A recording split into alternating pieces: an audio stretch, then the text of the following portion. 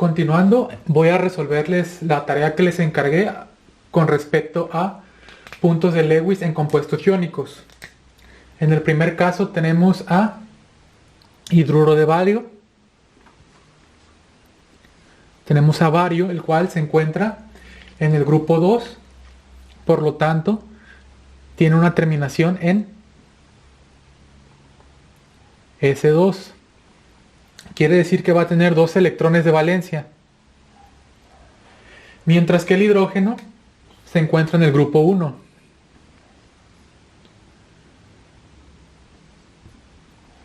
Y tiene un electrón de valencia.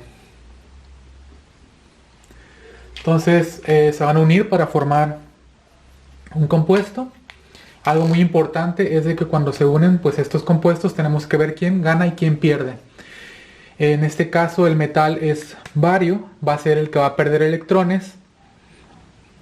Entonces bario quedaría con 2 cargas positivas y tenemos 2 hidrógenos. Cada hidrógeno gana un electrón y de esta manera tendría una carga negativa. Entonces los hidrógenos adquieren una configuración de gas noble al igual que el bario. Entonces esta sería la estructura de Lewis. En la clase pasada yo les indicaba cuál era el metal y cuál era el no metal y hacía un balance de las cargas. Sin embargo, esto solamente es con fines didácticos. En el siguiente caso, igual tenemos a óxido de potasio. Tenemos que identificar quién es el metal y quién es el no metal. En el caso del metal, pues tenemos al potasio. El potasio tiene una terminación en S1 en cuanto a su configuración electrónica, lo que quiere decir que tiene un electrón de valencia. Por otra parte, tenemos al oxígeno, que es el no metal, y tiene una terminación en S2P4, con un total de 6 electrones de valencia. Entonces aquí colocamos sus 6 electrones. Entonces el metal va a perder electrones, va a perder en este caso un electrón cada uno de los potasios y el oxígeno va a ganar esos electrones. De esta manera, pues vamos a tener al oxígeno con sus 6 electrones iniciales y un electrón correspondiente a cada uno de los potasios. Entonces el oxígeno ahora tiene una carga, tiene 2 cargas negativas y cada potasio tiene una carga positiva. Entonces en el siguiente caso tenemos igual a potasio, ya vimos que pues termina en S1 y tiene un electrón de valencia y tenemos en este caso a nitrógeno. Entonces el nitrógeno termina en una configuración S2P3 con 5 electrones de valencia. Él, para completar la última capa y tener configuración de gas noble, necesita 3 electrones. Estos 3 electrones van a estar proporcionados por los potasios.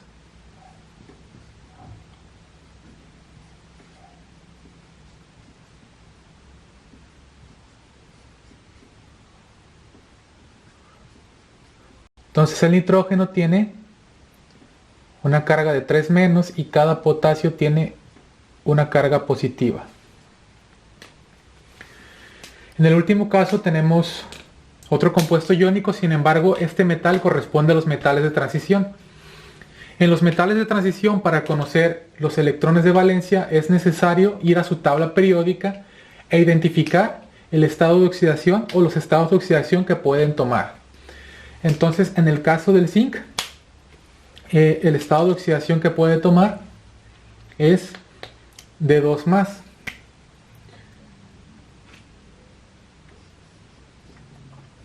Entonces zinc va a tener 2 electrones que son los que puede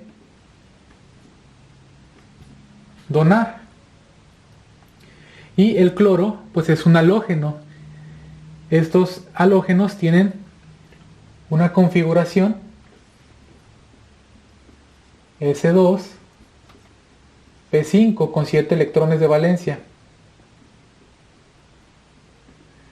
Y en este caso es el no metal. Cada uno de los dos cloros va a ganar un electrón.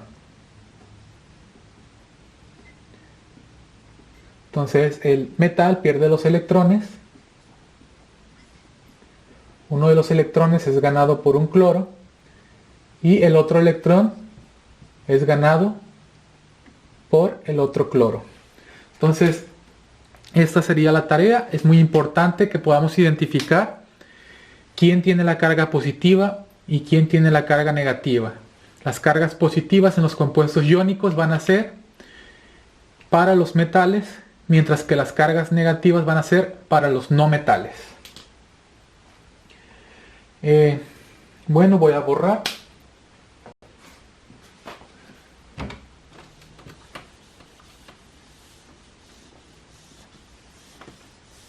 En la última clase hablábamos sobre los compuestos iónicos y algunas de las propiedades que estos compuestos tienen. Y nos quedamos en que una de las más importantes es su comportamiento conductor. Entonces vimos que cuando la sal está sin disolver, tenemos un compuesto sólido, cristalino, el cual no conduce la electricidad. Sin embargo, al introducirlo en un compuesto o una solución, en este caso acuosa, los iones se van a separar, se van a polarizar.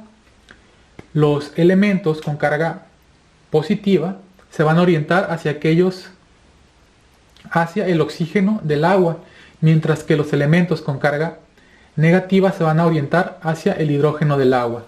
De esta manera van a empezar a debilitarse las interacciones electrostáticas del compuesto iónico y se van a separar. Y pues van a estar separados los elementos. En este caso teníamos a cloruro de sodio. Vamos a tener los elementos independientes, cada uno con su carga.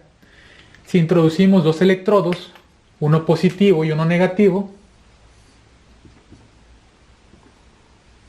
para medir la corriente, hacia el electrodo positivo van a ir los iones negativos y hacia el electrodo negativo van a ir los iones positivos. De esta manera va a haber un flujo de corriente y podemos determinar esa conductividad. La conductividad va a estar dada por el flujo de cargas de los diferentes especies iónicas que se encuentran disueltas. Es por eso que conducen cuando se encuentran disueltos, pero no conducen cuando se encuentran de forma metálica, perdón, de forma iónica sólida.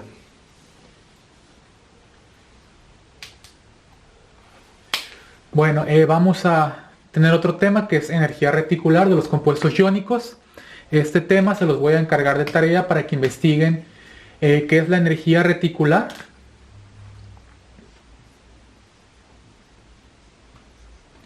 De los compuestos iónicos y de qué nos sirve conocerlo. Ya que pues entreguen esa tarea, vamos a retomar esta parte y les voy a explicar algunas de las importancias que tiene conocer la energía reticular de un compuesto. Otro tema que viene en el curso son las redes cristalinas. Los compuestos iónicos pueden estar ordenados de distintas maneras.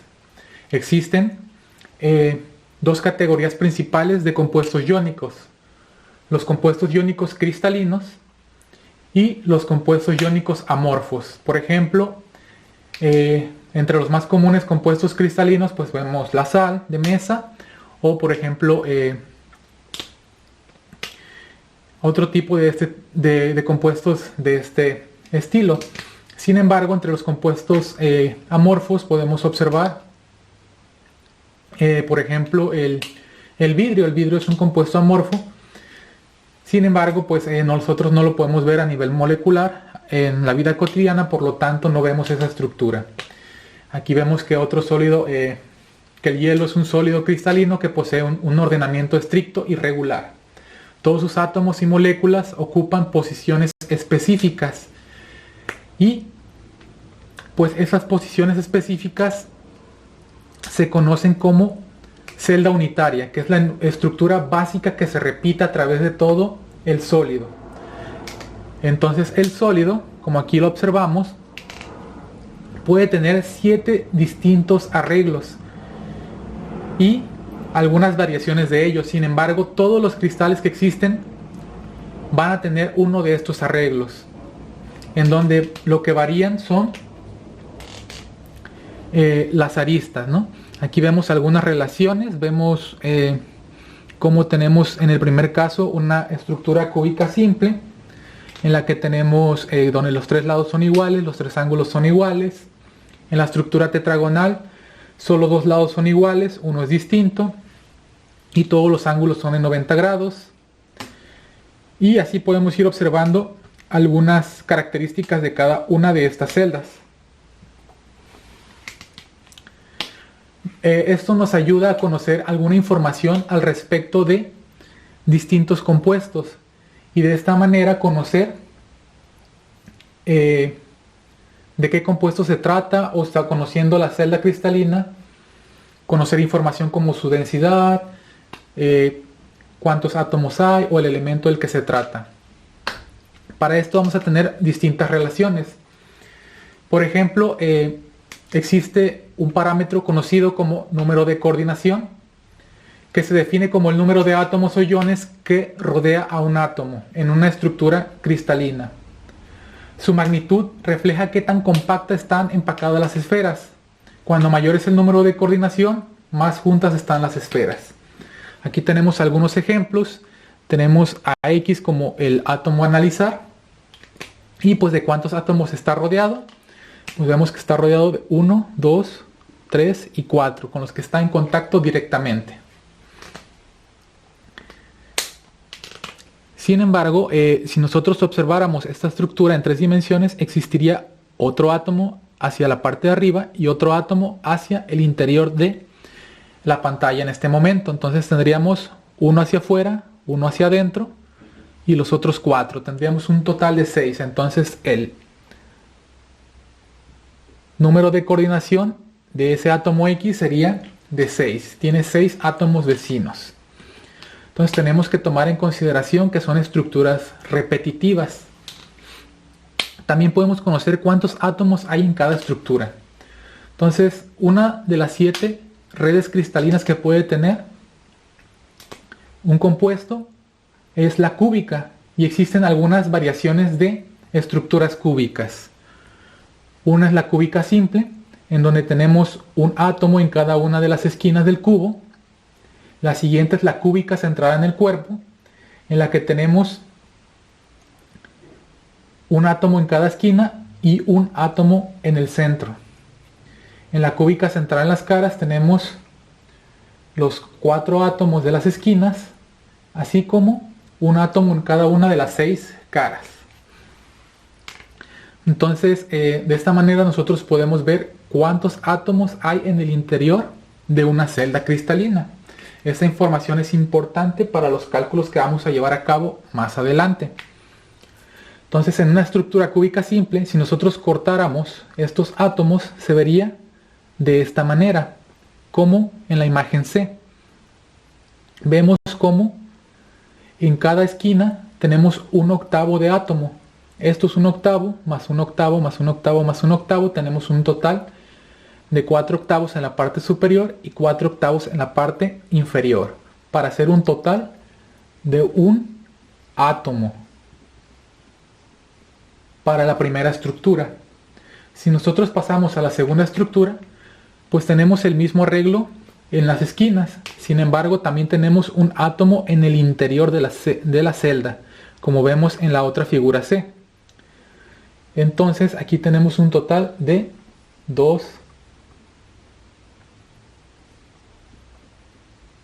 átomos. Y si nosotros pasamos a la estructura cúbica centrada en las caras, pues vamos a tener lo mismo que aquí, un átomo. Sin embargo, vamos a tener medio átomo en cada cara. Tenemos 6 caras. Por medio átomo tenemos 3 átomos en las caras más 1 en las esquinas. Entonces tenemos un total de 4 átomos. Entonces vemos cómo, dependiendo si es una estructura cúbica simple, centrada en el cuerpo o centrada en las caras, va a haber una densidad distinta, una distinta cantidad de átomos dentro de la celda cristalina.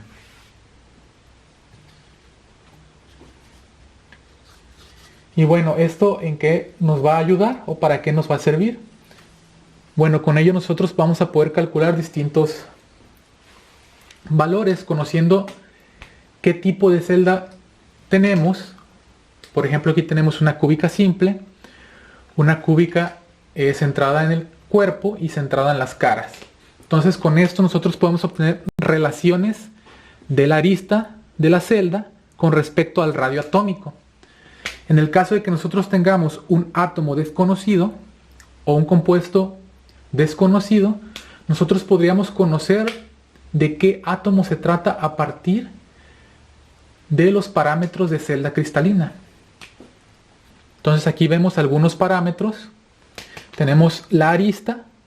Entonces si relacionamos la arista con el tamaño del radio, nosotros podemos ver que aquí hay 2 radios que son igual a la arista. Entonces arista igual a 2 veces el radio. Aquí es muy sencillo.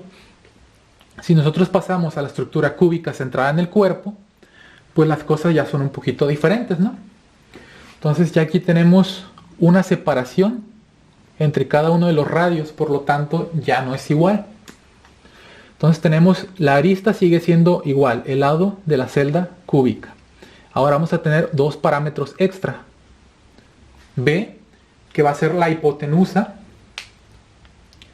de esta sección, en donde este otro lado también es A. Si nosotros usamos el teorema de Pitágoras, tenemos que B, que es la hipotenusa, al cuadrado, va a ser igual a la suma de los catetos al cuadrado. Entonces, este cateto es A cuadrada y este otro cateto es A cuadrada. Entonces, eso hace que B cuadrada sea igual a 2A cuadrada. Ok, hasta ahí pues estamos bien, ¿no? Entonces, ahora tenemos otra relación. Tenemos este otro triángulo en el cual tenemos C, B y la arista. Si ustedes observan, esta parte de aquí es la arista, tenemos a B y tenemos a C formando otro triángulo. Entonces C es la hipotenusa. Si nosotros relacionamos C, que es la hipotenusa, es igual a la suma de los catetos al cuadrado, B cuadrada más la arista al cuadrado. Ya conocemos que B cuadrada es igual a 2A cuadrada. Si lo sustituimos, esta B tenemos 2A cuadrada más A cuadrada. Entonces C cuadrada es igual a 3A cuadrada. Ok, ahora C también está relacionada con los radios de los átomos. Vemos que C pasa por en medio de la celda y está pasando por un radio, 2 radios, los voy a marcar. Aquí tenemos un radio, aquí tenemos otro radio y otro radio. Entonces vemos que C es igual a 4R.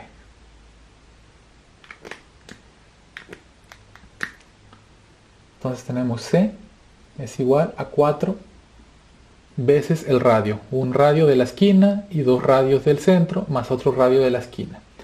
Entonces aquí yo puedo despejar esta C cuadrada. Entonces C sería igual a raíz de 3A. Le sacamos raíz a 3, queda raíz de 3, le sacamos raíz a cuadrada, queda A.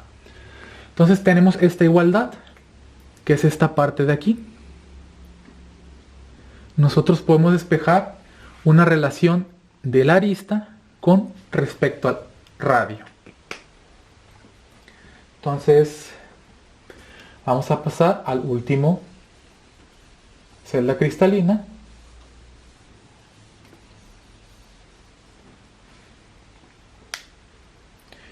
En la siguiente celda cristalina pues tenemos otro arreglo distinto.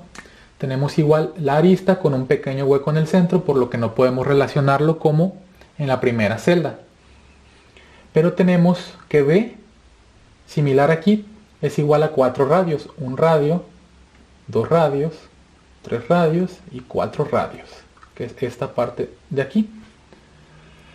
Y pues esta parte de aquí es la arista, igual que la de abajo. Tenemos que los dos catetos son iguales. Entonces nuevamente, hipotenusa al cuadrado es igual a la suma de los catetos al cuadrado. Entonces el primer cateto es a cuadrada y el segundo también es a cuadrada. Entonces tenemos que esto es igual a 2a cuadrada. Entonces también conocemos que B es igual a 4 radios, por lo que ya podemos relacionar la arista con el radio. Entonces tenemos 4r, que es igual a B al cuadrado, igual a 2a al cuadrado. Entonces yo puedo despejar la arista de esta manera. 4 al cuadrado es 16, r al cuadrado, pues r cuadrada, 2a cuadrada. Entonces despejamos, el 2 pasa dividiendo, nos queda 8 r cuadrada y sacamos raíz para dejar solamente a.